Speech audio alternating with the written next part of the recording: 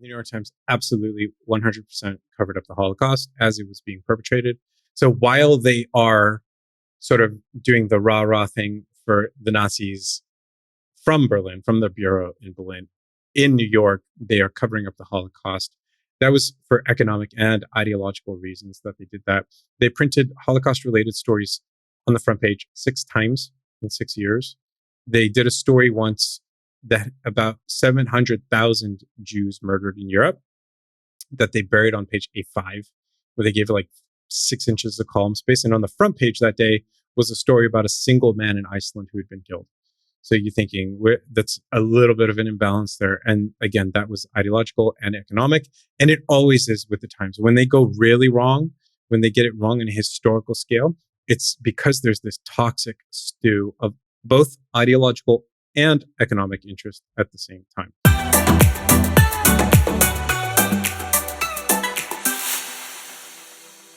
And I'm so excited to talk to you. I found out about your book through Balaji, because he talks about it all the time, as I'm sure you're aware. Has that had a huge impact on the book?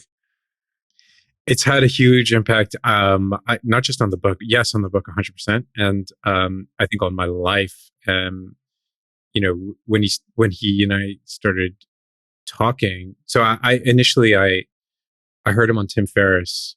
I was driving my kids to school. I was listening to Tim Ferriss, the episode on the way home or whatever, and I was like, oh, okay, this guy is like obviously really clued into media, among other things. And then I get back and I texted a friend, or actually a friend of mine texted me. She's like, you got to listen to this interview about media. And it was the same episode. And she's like, you should reach out to him. I'm like, oh, that's a good idea. I DM him. And then like within a minute, he was like, whoa, this is this is Balaji's like, for him, NYT is much more than a newspaper as it is for the rest of us. I think he has correctly identified it's not just a symbol of the news media, it's a symbol of a kind of power. And I think that's why it's so important for him. So, and as it is for the rest of us, he has just crystallized it in a certain way, as he tends to do. So yes, it had a huge impact in the book. But like I said, it really, once he started talking to me about crypto, which had never entered my mind, like really, I mean, just in passing, and he recommended a few books that I read. And then I started thinking about what this whole thing meant and where the intersection was between crypto and media, and why someone who is known as a pioneer in Web3 and blockchain was so interested in a book about centralized information. And that really set me off down a different path. Yeah. What was your kind of path into writing the book? When did you sort of stumble across this insight and decided it needed to get explored? I wrote this book, or I wrote really 90% of the book when I was in my early mid 20s, and I was living in Tel Aviv. I just kind of had been there for a couple of years. I lived in Israel for about 20 years, 18 years or something. And I had just gotten to Israel. I was working at the Internet Archive in San Francisco for Brewster Kahle, the like web pioneer, amazing guy. And his idea was like saving the whole internet, which I found a cool mission. Worked there for him on a literacy project, and then got a job on a sailing yacht. Sailed from Italy to Greece, helping a yacht owner move a boat. I was a deckhand, and got to Tel Aviv and was just kind of like casting around for like what am I doing?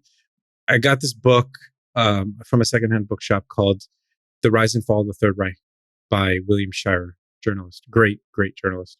And that's where he mentions this little factoid in a footnote that when hostilities broke out between Germany and the rest of Europe, the New York Times lead story for the day was that Poland had invaded Germany. And that's where I was like, oh, wait, excuse me. And I went and kind of like just did the research into that particular story, and that which is true. The lead story of that day indeed did print that Polish guerrilla fighters had invaded a German radio station on the border and in response, Hitler was just kind of like defending German territory. That's what the New York Times reported. The only source for that story was a German propaganda organ Nazi Party propaganda organ. And that was, it turns out, a propaganda campaign designed by the Nazi brass to fool Western media into thinking that the Germans were just responding to Polish aggression. And I was kind of blown away by that. So I kind of sat down in this cafe. It was a Segafredo cafe in Tel Aviv, in the center of Tel Aviv, and just like plugged away for a year or so. Going, and then it was like pulling in other sources, of course, books of history, other pieces of journalism, and going chapter by chapter, not really knowing what I was doing, just kind of feeling it out. I then finished the book, recognized that it was meaningful, and tried to publish it or have it published. And then that's where like doors were just slammed in my face, like, and people telling me we can't anger the times. And I was like, okay. So I put it with a heavy heart, I put it in a drawer for about 15 years. 15 years. Something like that. I think I lost exact track of the timeline, but it was around 2005, 2006. I mean, I was probably 24, 25. I published the book eventually when I was 40. So it was not a book that anyone has incentive to publish, really. I mean, the entire publishing industry relies on the New York Times bestseller list to do, the heaviest of their marketing lifting. And to anger the New York Times on behalf of a then young, unknown writer is not sound business practice. I have to give them credit. So that's a light way to put it. Yeah. Yeah. That's what did you? What were the reactions when you took this book to publishers? I think some of them, depending on who it was. So the like mainstream literary agents that I went to, like I went to someone at WME, William Morris Endeavors, the big, huge literary talent agency, and I went to a very senior person there. I was connected to that person through one of their stars who I knew through a friend. So I got there like the right way, basically through the front door. And he's just like, yeah, he wrote me a nice email. Actually, he's like, sorry, we just can't. Literally, that's what he told me. He's like, I can't put my other clients at risk over this book, that they might be blacklisted. Other publishers were just like, no, it's not for me. Actually, one of them made an offer on the book before it came out. Now in 2021, he wanted to buy the book. He said, he just gave me flat out no back in the day, and he really wanted the book now. So I'm not sure if I don't know if that's because his position changed or the environment changed. And then a couple others wanted like to push their own agenda, like, can you add this? Can you add that? Because they knew it for them was political. Interesting. Yeah. So what changed in the intervening 15 years that sort of loosened that up? It's very interesting that one publisher flipped, but how did you end up getting it published in the when it did? What year did it finally get published? 2021. That was May 3rd. Yeah, it was. That was International Press Day or something, like whatever, UN International Press Day. So what flipped, I think, was the question of media bias and accuracy and error, and the role that the news plays in all of our lives, went from being kind of a parochial niche issue into the thing everybody talks about all the time. Like the question of how our reality is mediated, how our perception of the world is shaped by like 50 or 100 editors in New York and Washington and LA. People are kind of waking up to the full impact of what that means. Where before it was kind of like a blind trust. It was a trust in a cherished institution. And today it's definitely not that. I know the last Edelman Trust survey that was released put journalism as the lowest level of trust among all American institutions, below Congress, and business was the most trusted, actually. So that's a huge flip in that sense. So I think that's what basically changed. People started to understand that the media it's not a undistorted lens. It's not a shaped lens. It's definitely got some concavity or convexity, or whichever one you want to look at, to shape things the way that they desire them to be shaped, which is normal and natural. The problem is that it is that lens and the distortion that it provides does not reflect the way most people in the United States see the world any longer. Yeah. So I got one more question sort of about the writing process, right? This is 15 years ago. You're in a coffee shop in Tel Aviv. You're in your 20s. You just encounter this one sort of aberration, this insane, like the New York Times printing Nazi propaganda. How did that, because how did that expand? Like, how did you find the other and choose the other things? Because the final book is sort of, for people who haven't heard of it or read of it, set up like 10 different chapters, and each chapter is basically an entire case that is not quite on that. I think that's probably the most egregious one. You may have a different ranking, but like there's 10 different times that this has sort of happened. Just egregious errors that change the course of history, that cost lives and money and faith, and it's an incredible thing. How did you go from, oh my God, this happened, to, oh my God, this has happened 10 times? And how many did you find that then got like sort of whittled down to 10? Like what was that research and writing process like? What else did you learn? I think it was kind of like those were the ones I really uncovered. To be honest with you, I actually have no idea anymore how I went from one to the other, and what got me from, this initial Nazi Germany thing to the second chapter, which is Ukraine, the Ukraine famine, and why the New York Times covered up the Ukraine famine. I mean, that one I think was probably a little bit more well known because Walter Duranty is sort of a well known figure in the history of the New York Times and media in general. So that may have been more of one of those kinds of things you're like dimly aware of. How I got from there to Cuba, I think it was just like this really diffuse kind of open-ended research process that I had, where I was really kind of grazing. I wasn't hunting. I was browsing, foraging.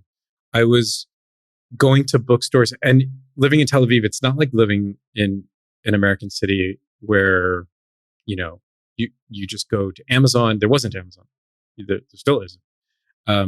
There isn't major bookstores. There was, I think, probably, it's still the case, probably one English bookstore in Tel Aviv. And if you want to go to another one, you've got to travel an hour to a different city. So I was in these shops, or if I would travel, which I was frequently traveling while writing the book. So then I would like see what was around, and you come across different sources, and then you make connections. And I think that's kind of how it went for me. Really just sifting through a lot of the ephemera, through the books, through whatever else. And then little lights would go off, and you track it down. That's the advantage of being whatever I was, 25 at the time, and kind of not having this like, I was on no deadline. There was no editor breathing down my neck. There was no one saying, where's the next chapter? So I would say, like, if it took me, 2 weeks to track down a false lead, something that didn't go anywhere, that was okay, because I would still learn something, and I would be able to just move at my own pace. So that for me was probably one of the best things about the book. It was hard to stomach the fact that nobody wanted it at that time, but the process was an amazing process for me. It was like, just being in this cafe and writing and being very relaxed about the whole thing. I was doing some work on the side to pay the bills. Again, Tel Aviv in whatever year that was, 2005, was extremely cheap to live in. Today's very expensive, but at the time, I think I was paying like $400, $500 in rent, something like that, maybe less, 300. So I was able to just keep that process very open. That's awesome. I always say like the craftsmanship has no deadline, and like sometimes those things where you can just keep working and keep polishing and work at your own pace, and it's pleasant work, and you're enjoying it pretty much all the time that you're doing it. Like the end product just comes out better because of it. Do you mind giving us a quick sort of overview of the cases that did sort of make it into the book for people who may not pick it up? Like, I think it's so important to sort of at least have the paragraph version of some of these stories in their head. Because as you say in your conclusion, like, it is so important to just internalize the fact that these institutions are not infallible, and some of these short stories are a potent inoculation. So that first chapter is really about not just that one incident of the New York Times sort of reprinting Nazi propaganda. It was kind of the whole endeavor of the New York Times coverage of World War II and the Germans being corrupted by essentially a Nazi sympathizer who was running their Berlin bureau, and what that produced in terms of how they covered the Berlin Olympics, how they covered the Munich Accords, how they covered Nazi anti-Semitism in Germany at the time. And it was all tainted by this man and his, a couple of his colleagues from the Berlin Bureau.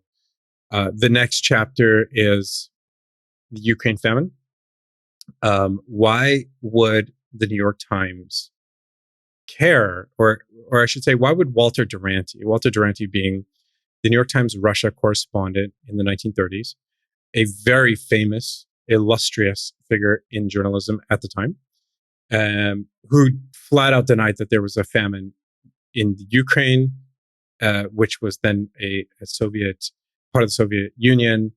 At the time, the Soviets had been in power just 15, 16 years, and Stalin kind of fomented this famine as part of his, reign of terror, the Great Terror, and in order to consolidate power. And the New York Times goes out and saying, contrary to other reporting, no, there is no famine. Everything's okay. There's hardship, but there's not a famine. And you're thinking, we know it wasn't true.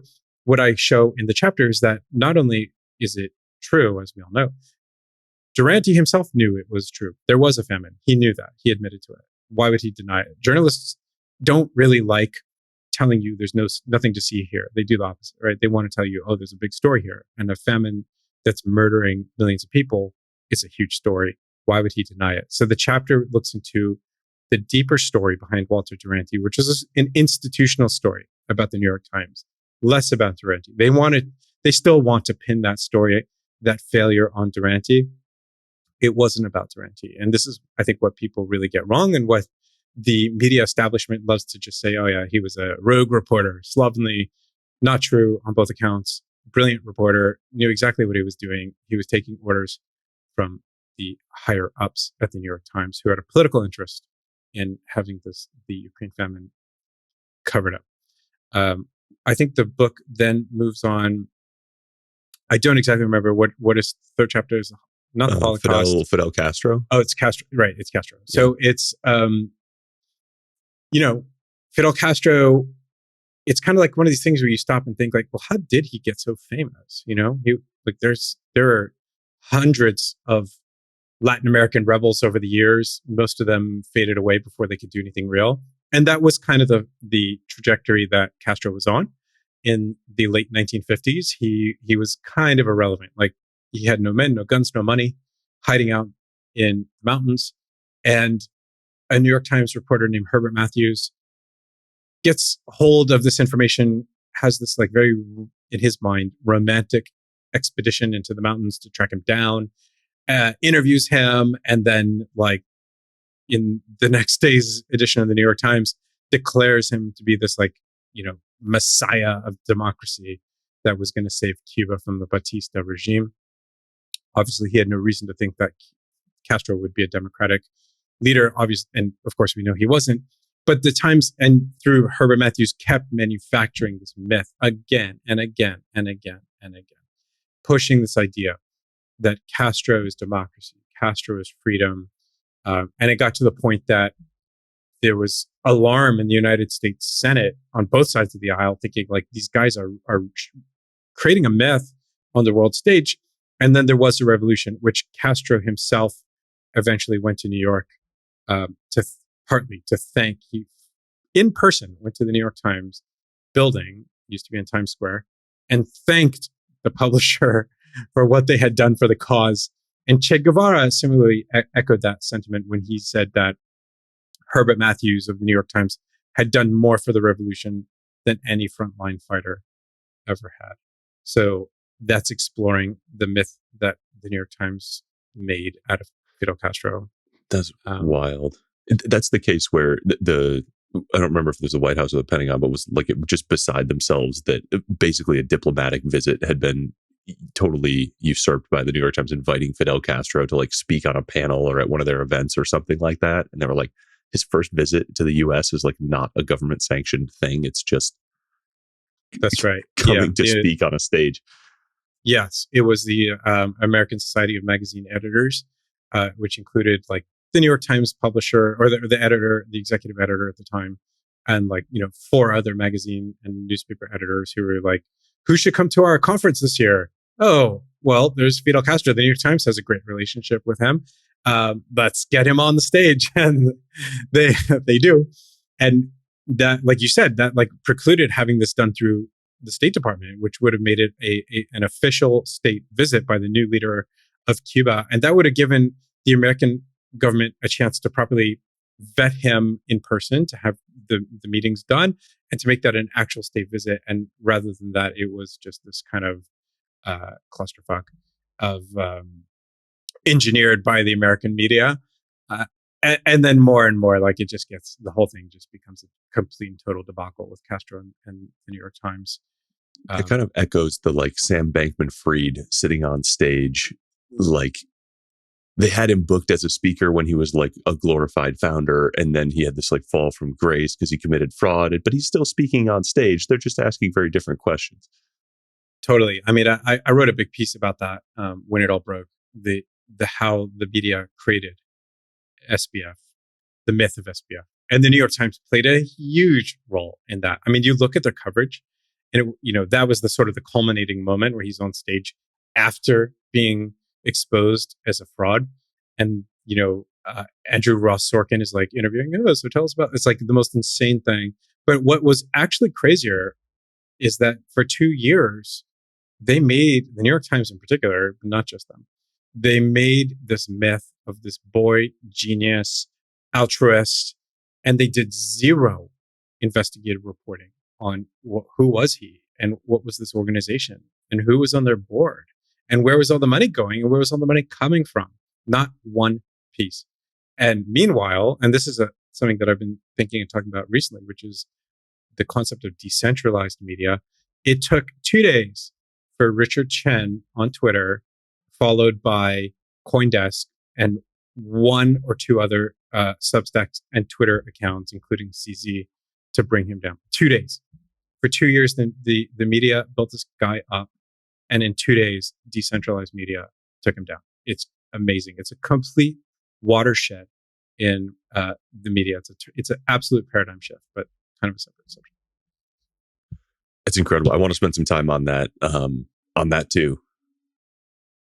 So maybe let's pick like one or two more kind of short stories, and then we'll kind of get into the future of media, because I'm excited about that too. So we had the Holocaust, I think, is the next chapter after that, which is, or maybe chapter 5. But the Holocaust is that the New York Times absolutely 100% covered up the Holocaust as it was being perpetrated. So while they are sort of doing the rah-rah thing for the Nazis from Berlin, from the bureau in Berlin, in New York, they are covering up the Holocaust. That was for economic and ideological reasons that they did that. They printed Holocaust-related stories on the front page 6 times in 6 years. They did a story once that about 700,000 Jews murdered in Europe that they buried on page A5, where they gave it like 6 inches of column space. And on the front page that day was a story about a single man in Iceland who had been killed. So you're thinking that's a little bit of an imbalance there. And again, that was ideological and economic. And it always is with the Times. When they go really wrong, when they get it wrong in a historical scale, it's because there's this toxic stew of both ideological and economic interest at the same time. That's where things blow up on a big scale. Vietnam War is another one, how they bungled that to on an incredible level. Their young reporters, Halberstam and Neil Sheehan, coming in, really wanting to see the South Vietnamese government overthrown, which it was, And part of that was them printing stories that were not true about South Vietnamese abuses that, in fact, never happened, and creating a narrative about the South Vietnamese government that they believed to be sort of true with despite the facts. Right? It was like thesis journalism at its worst. So that's Vietnam. I think after that we have the atomic bombing of Japan. That's fascinating, absolutely fascinating story because it's science journalism. You think science journalism would be free from this stuff? It is not at all. That one was interesting because it started with, I mean, almost heroic journalism from Lawrence over years to like sort of bring about the atomic age and study that thing so closely. And then he sort of got pulled into the government and the government's agenda. And yeah, it just all got twisted up so fascinatingly. Yeah, a brilliant journalist, absolute visionary of science journalism. So far ahead of the time, he was ahead of the government on the development of a lot of the particle physics that was taking place at the time, nuclear physics, the development of potential technologies and tools, including weaponry. And then, yes, from there, he's just co-opted. The War Department recognized his brilliance. The New York Times also saw the opportunity. They made a backroom deal. He would carry a certain line about the nuclear bomb that was about to be dropped on Japan. That line being, there's no such thing as radiation poisoning. It's just like, the line was that this is just like a conventional bomb, only much bigger. There's nothing to worry about, nothing to see here. And in return, he would get access to the planes that were one of the planes. He was actually on the plane. He was the only non-military person on one of those planes on the bombing run that dropped the bomb on Nagasaki. Wrote in these beautiful, glowing, poetic terms about the purple mushroom cloud and how majestic it was, as it tore through people, homes, all of Japanese society, which is what it was what it was. But the lie that there was no radiation poisoning was very damaging, of course. And then we have a few more chapters about the Iraq War, about the 1619 Project, and about Jason Blair, the young New York Times reporter who was caught fabricating stories about Iraq veterans. Oh, and there's a chapter, of course, about the New York Times creating this myth that veterans from Iraq and Afghanistan were coming home as homicidal maniacs, which was just not true. It's just full-on lie. The statistics don't bear it out at all. So that's, I think, all 10 of them. I found myself sort of wondering chapter by chapter, and each one probably has a slightly different answer, but over and over again, I was like, this is very disgusting, unbelievable. And I struggled to figure out where in each case, like, responsibility really lied. I don't know how much that's something you thought about as you sort of see the patterns here, but like some of them are clearly just very poor journalists or very idealistic, misaligned, sort of thesis driven, as you said, journalism. But there's supposed to be a whole system in place to sort of edit and vet and research and cross-reference and get sources, and that's what we see in the idealized version of media. Like if you watch the newsroom or whatever, right, you see these like cross checks and strict editing guidelines. And so where do you see the burden of these sort of failures lying throughout the organization and throughout history? In the case of the New York Times, on its ownership, on its the family that controls the paper, the Ox-Sulzbergers, they're the through line of the book. So you could say, chapter 1, it seems as if the paper is pro-fascist, and on chapter 2, it seems like they're pro-communist. How people would ask me this all the time. How do you reconcile that? And my answer is that it's not that they were pro-fascist or pro-communist. It's that they were pro themselves, pro Ox-Sulzbergers. That is what happens when the immense power and wealth of a single institution, as important as the New York Times is placed in the hands of a single family for over a century. We have this notion of like the Vanderbilts and the Rockefellers and like the dynasties of yesteryear of American power. And that's kind of not so much a thing anymore, but it is at the New York Times. These are people who've controlled this institution for, like I said, well over a century. And there is no end in sight. They have built this two-tier stock structure. They have total decision-making ability. The current publisher is named Arthur Sulzberger. The previous publisher was named Arthur Sulzberger. The previous publisher to that was named Arthur Sulzberger. And the previous publisher to that was named Arthur Sulzberger. There is not even a sense that one day the publisher could be not a male named Arthur Sulzberger, let alone a person of color, let alone someone who's not a member of that family. That is, I'm not going to say necessarily corrupt, but I mean, if you want all the ingredients for corruption, especially when it comes to an institution tasked with shaping our reality, the so-called paper of record of the United States, you just got a huge problem. And one that, moreover, this is a Balaji point that you never see anybody speak about in the media. You see profiles and takedowns of Zuck. You see it on Musk, of course. The New York Times loves Elon Musk. You see it on, you name it, right? You're going to find it. You will never see in the media a profile on a Sulzberger that has not been sort of pre-scheduled by the New York Times PR department for their purposes. Never, ever, never happened once. There's no check and balance on that particular power. So how, another question that sort of sat with me through this is, how much is the New York Times, how much is what's happening in the New York Times also happening at the other big papers, like, or the other big media institutions, right?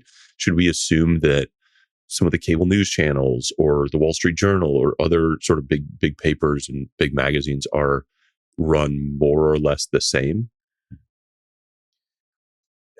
Yes and no. I mean, there's an agenda. There's an agenda everywhere, and especially because so much of the media is now concentrated in the hands of it's really like six conglomerates. So it used to be much more diffuse. It used to be much more localized ownership.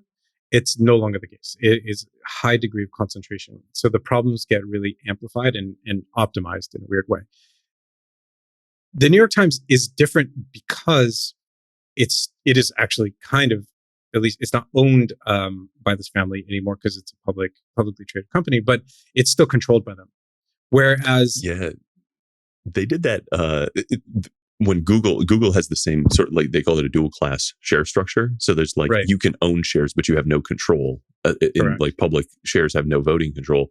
And I remember them attacking Google for like the unfairness of the dual class share structure while keeping a dual class share structure themselves for generations. It's like, yeah, one of their favorite moves. Example. Yeah, yeah, they love doing that. I mean, they go after people, other companies so hard on their labor practices, and meanwhile, most of the newsroom walked out a month or two ago because they're just shutting down the attempts to unionize some of their tech workers and to negotiate for better terms for their employees. Again and again, they do this stuff just without shame. It's absolutely remarkable. But I think that is what makes a difference. I mean, of course, there are some cases where you have huge news companies or newsrooms that are owned by a single person or effectively controlled by a person. I mean, Murdoch, he has final say. Murdoch, however, is a founder. And I think, again, this is a point Balaji will make. A founder is somebody who had to build it himself or herself, which means they have some interest in the thing in itself and not the perpetuation of the thing. A dynasty is a really different thing than a founder who's controlling a company. And The reason being because the interest of the dynasty is to continue to perpetuate its power and prestige. Whereas for the founder, it's to build it. It's to build the thing in a way that serves a market or a certain kind of customer. Uh, so, Murdoch, yes, has total control. He can serve his own political interests at a whim. But you think there's probably a little bit of a difference between a first generation founder and a company that has been handed down for like 5 generations at this point. And when you look back at Adolf Ochs, who founded the New York Times in its current incarnation, he really did actually do something good. I mean, they call it the Gray Lady, and this is the title. The book is called The Gray Lady Winked, but they called it the Gray Lady because when he took over from the failing New York Times at the time, as Trump likes to call it, it really was failing in those days. It was in the late 19th century. He wanted a newspaper that just gather the facts. Like, that's it. Gray, boring tone, as in contrast to the yellow journalism of that day, which was the exact opposite. It was like creating a spectacle. And Ochs did a fantastic job of engendering that kind of newspaper. But it degrades over time, and it degrades very quickly. So I think that is part of the difference between the times. But when you look at, NBC or ABC or whatever you want to identify, yeah, they have their own set of enormous problems. And I think this is what we're waking up to today, that it is not just about a single newspaper. It is about the media. Yeah. Ironically, like we've come full circle into an insane peak of, we don't call it yellow journalism anymore, but sensational journalism, which is probably the good starting conditions for the next gray, like origination of a boring facts only sort of newspaper. I kept thinking about, have you watched Succession? Yeah. Amazing show. Yeah. I kept being like, I'm like reading the, chapters and you're talking about the Sulzbergers, like making these political or economic decisions in their own self-interest.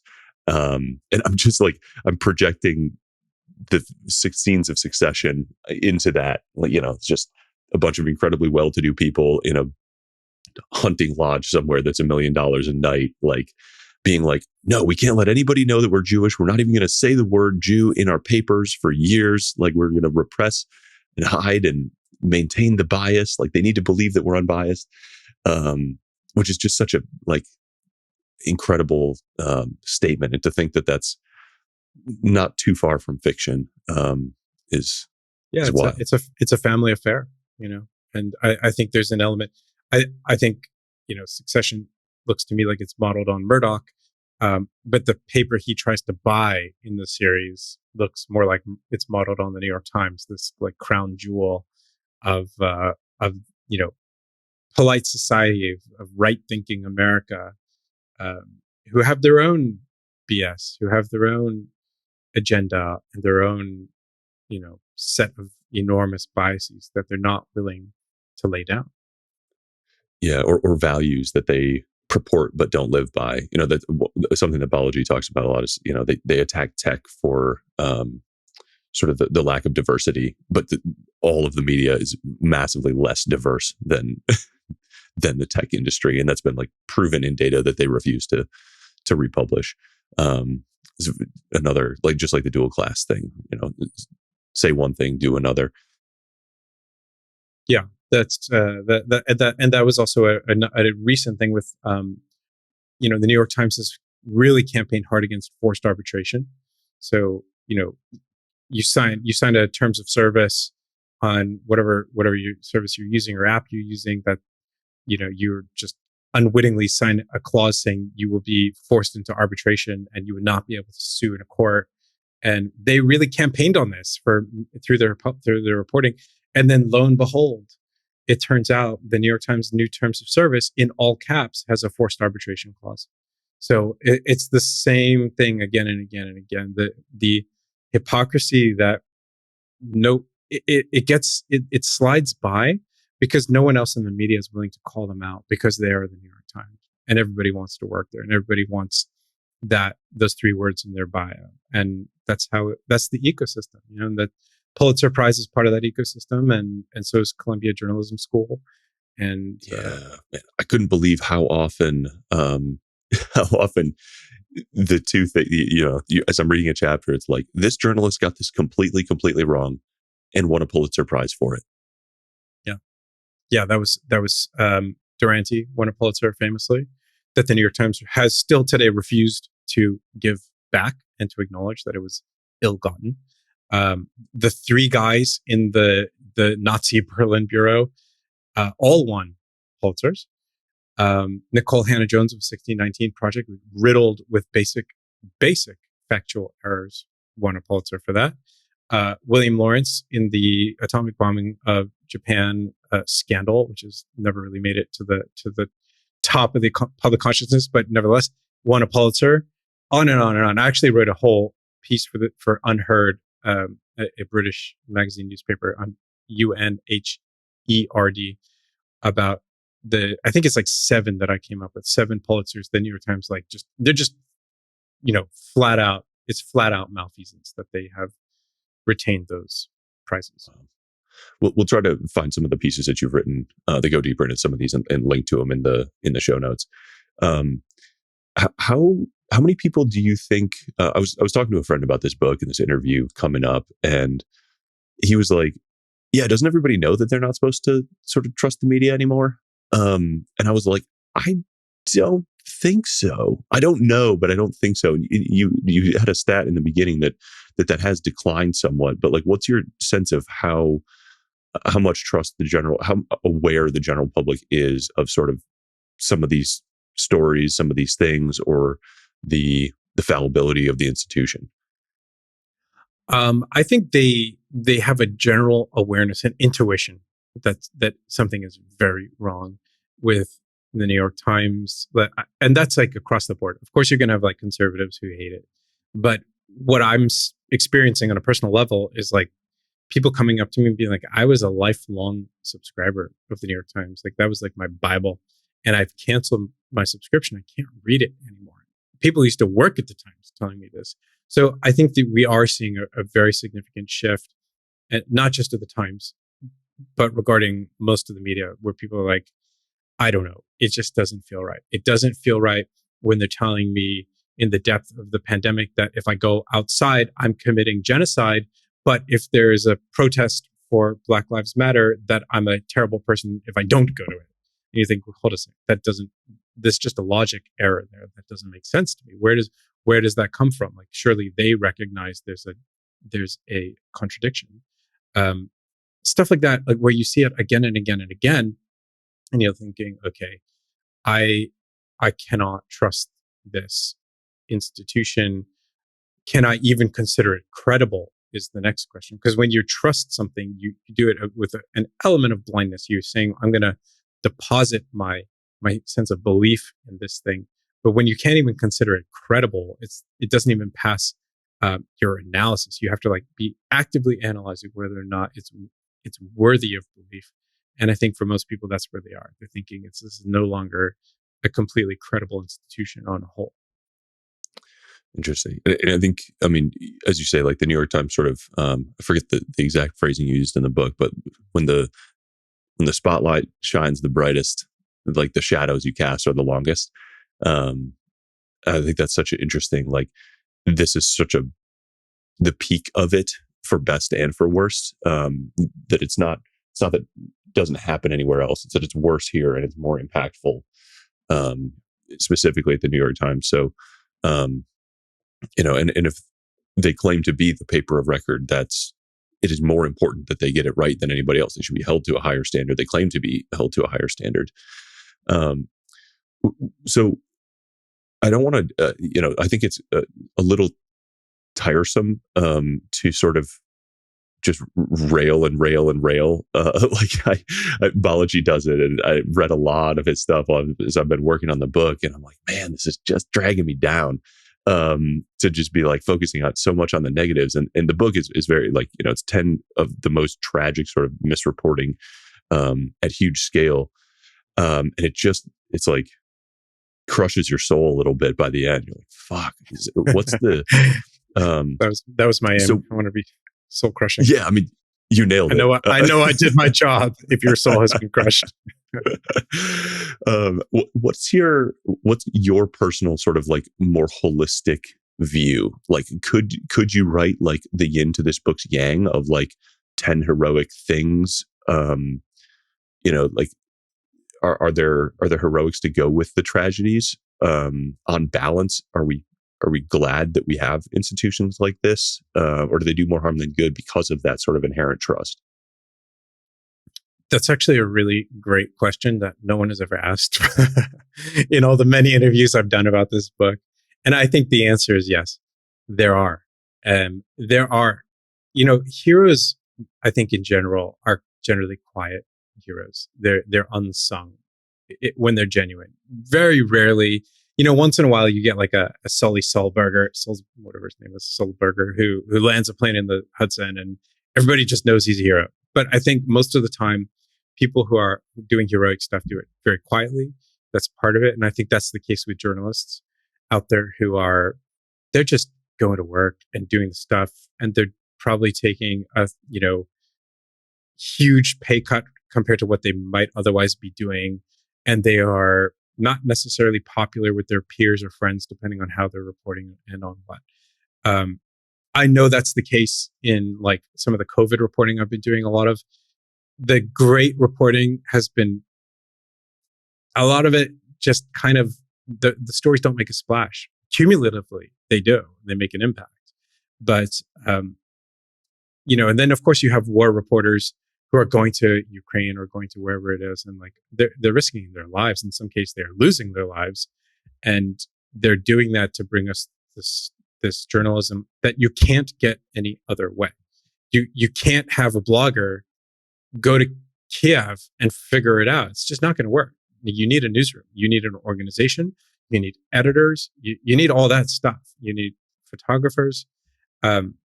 So I think 100% there are many, many heroes in media, and there are also heroic news organizations. And there are also, it's like government. When you report on government, you realize the government's not one thing. It's like thousands of things, and they're all sort of at odds with each other. Factions are fighting.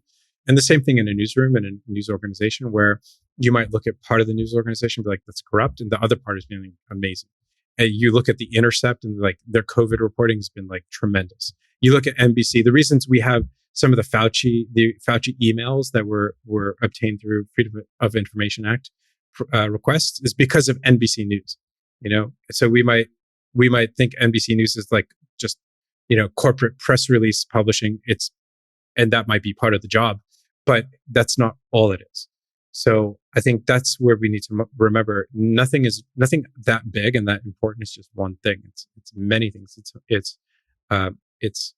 There's a level of heterogeneity that we need to account for. Mm-hmm. And I empathize with sort of the difficulty with evaluating something as big as the New York Times. How many reporters? They have thousands, like hundreds. Yeah, definitely hundreds. It might be around 1,000. I forget the exact number, but yes, on that order. I can't imagine the challenge of like presenting of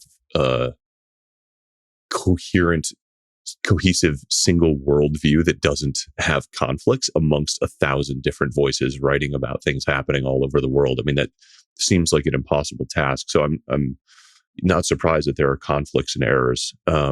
But I do think that the point of the book is that these aren't small factual errors that are like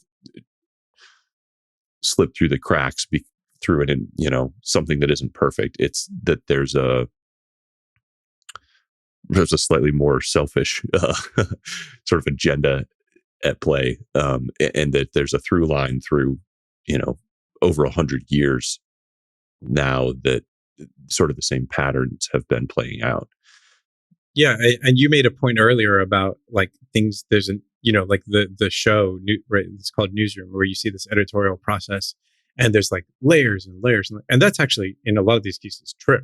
So when something hits the front page of the New York Times or any page of the New York Times, it has gone through that process, and rarely does something just slip through. Most of the time, it's actually deliberately there, and that's kind of the problem. It's like when you get something as wildly wrong and offensive as the fact that American veterans are coming back as homicidal maniacs who are killing their wives and girlfriends, and that's just not true.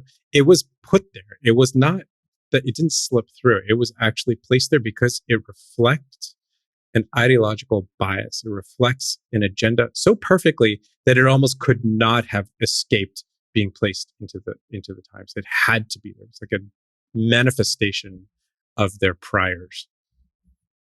That's very interesting. And that kind of accident, like of something that's so untrue, doesn't really happen by accident. Like you have to generate that. You have to start with a different goal in mind than finding and sharing the truth to end up in a place like that. So knowing everything that you know about the media and how it works and how often it's wrong, or misguided or mishandled, where do you personally read? Where do you get your information? What do you recommend as sort of sources of media? I basically try to. I mean, I definitely look at the New York Times every day.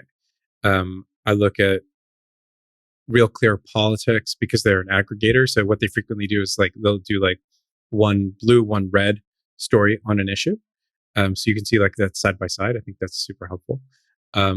I also look at independent outlets, Unheard, like I mentioned, which I write for them, and I think because they're just like it's a little bit different. Like it's a little bit of a different viewpoint.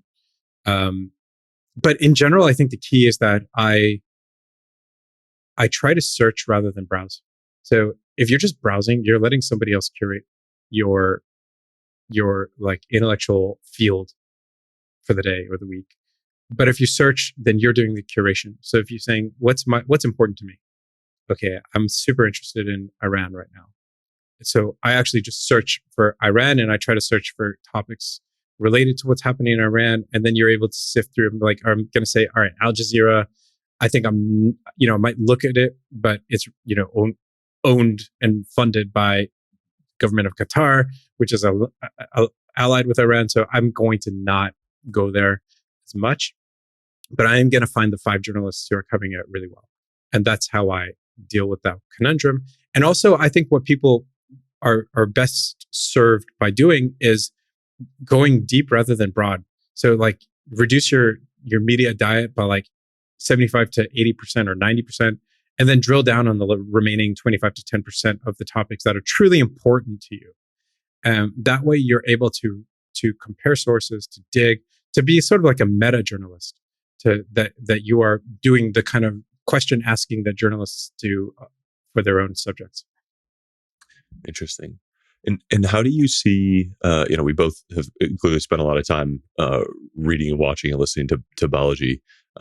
So how do you see the future sort of unfolding for media? Like, do you think that in our lifetimes we're going to see some of these big institutions fall or decline precipitously? Do you see the rise of a new type of media, a new institution of media, a new form? Like what does the next sort of couple decades hold? And how are you sort of changing what you do to prepare for that? I think that we will see more huge brand names, fixtures, furniture of American news disappear, break down. I don't see, I know that the New York Times, their strategy is to be the last remaining one to like be the entirety of it. I don't know if that exactly will come to pass, but we're already seeing how they are fighting for a much smaller piece of the pie. That Google and Facebook have taken the vast majority of the advertising pie, so there's considerably less for the media. They're moving from their former advertising model to a subscription model. We'll see if that works for them. I'm not convinced. I mean, how many news outlets can anyone subscribe to? 1 or 2 or 3 at the most.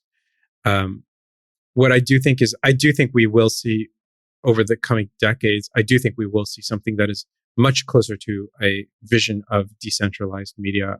I think we will see people using data in a different way as a kind of journalism. If you're able to structure and visually represent information in a way that can be done not necessarily by journalists, but by people who understand how to use data, you will give a new kind of power to people, not only to be more accurate, but also to focus on corners that just otherwise you wouldn't be able to investigate because it's too costly.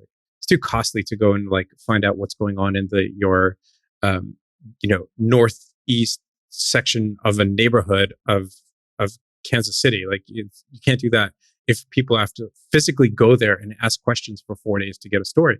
You can do that if you're relying on sensors and data that is scraped and structured in such a way that can be searched and then represented in very interesting, meaningful visual ways that can then be distributed by social media. So putting together different pieces in a way that gives much greater spread, much greater coverage of the world among many more people. I think that's kind of the future. And I think the interim is something that is a project I'm working on now, which is measuring media. It's this one thing that we just all kind of forgot to do. Why we have technology. We don't need to rely on CNN to call out Fox and Fox to call out CNN. We can use technology to do that in a way that's much more scalable and reliable, and in a way that actually tells us something about the subject of the journalism itself, not just about the journalism's reliability. Let's talk about that. What are we measuring? What are the sort of metrics that you're pulling out of media today? We are working on building tools that will look at some stuff that's very simple, like we actually built the tool that looks at stealth editing. It's how much does it happen at the New York Times, for example? Nobody knows, right? Something that gets changed. Yeah, so the Times will frequently go back and like edit stuff, and sometimes people catch it because they're paying really close attention to a particular story. They're like, hold on a second, that paragraph looks different, and in fact it is different. So there is, in some cases, like this revision of history that's going on, revising the first draft of history that newspapers do to make themselves look either better or less foolish or cover a liability of some sort. But we have no idea how widespread that problem is. Nobody knows. And it's actually very measurable. That's one of the metrics that is being sort of integrated into the stack that we're building. Looking at how sourcing is used, measuring it, creating a metric for the reliability of the type of sourcing that a newspaper will use. A number of other metrics that are kind of intuitive. Some of them are less intuitive. How polarizing is the language in a story? That's something you can measure. How biased is that? There's a lot of research and a lot of good tools out there that can be used to measure these things in a very reliable way that tell you a lot about the coverage and not just rely on what the coverage is telling you about the subject. That's fascinating. That's something that's it certainly plays a role in the book that I've been working on that'll come out soon. And it's one of, 50 things that Balaji said, why don't we have this? Why aren't articles reviewed? Why don't we have star ratings? Why don't we have bias metrics? Why don't we have how provocative they are? Like, you could measure these things with natural language processing, and we should be able to see, the rating or the likely effect of an article that we're about to take in. I think that's so fascinating. It's such a key piece of a well-informed sort of reader, and all of us should aspire to be that. Yeah, I think, it's, again, back to what I'd said at the very beginning of the call, Balaji has had an impact not just on my book and, awareness about the book, but on my thinking. And as I was thinking about where do you go next and what does one do next, and thinking about, I could write another book and it would maybe have some impact or maybe not, but it would never really have true scale. It would never have impact on that level. And that's where he changed some of my outlook. And that is the stuff that we're pursuing with this company that is now being created. And fortunately, we have support from Balaji, which is that's awesome. What's it called? The company is called Alitheum, ALITHEUM, and it comes from the word aletheia, which is the Greek word for truth. The reason that we chose it is because we use a Latin-based word for truth. We use, veritas and derivatives of that, which is a noun. Truth for us in English is a noun as well, which means I can have it. And if I have it, that might mean you don't have it. And if I do have it, I can also use it to bludgeon you over the head, which we frequently do. In Greek, it's actually a verb. Aletheia is a process. It's a peeling back of the layers that get you closer and closer. When it's a verb and it's something you do, it's not really something that can become a weapon as easily. Anything can be weaponized. But that's why if you think about truth as a process, a thing that's performed and practiced and perfected over time, I think that's a much better mode of working through trying to find something that's closer to the objective reality, closer and closer, even if it's kind of asymptotic. Like you're never going to get pure objective truth, but you're not trying to. You're just trying to get your best approximation while recognizing that there is some objectivity out there. That's beautiful. I like the noun verb separation. It's similar to sort of the correct interpretation of science, right? Science is not a noun. It's not a fixed truth that exists in our moment in time. It's a process of getting a closer and closer approximation to our understanding of reality. That's very cool. What's the stage of the company right now? Where are you at? I had no idea you were working on this. This is a very exciting discovery at the end of the interview. That's so cool. I would have, we can do a whole nother thing on this probably. That'd be great. We're like just getting our ducks lined up in a row.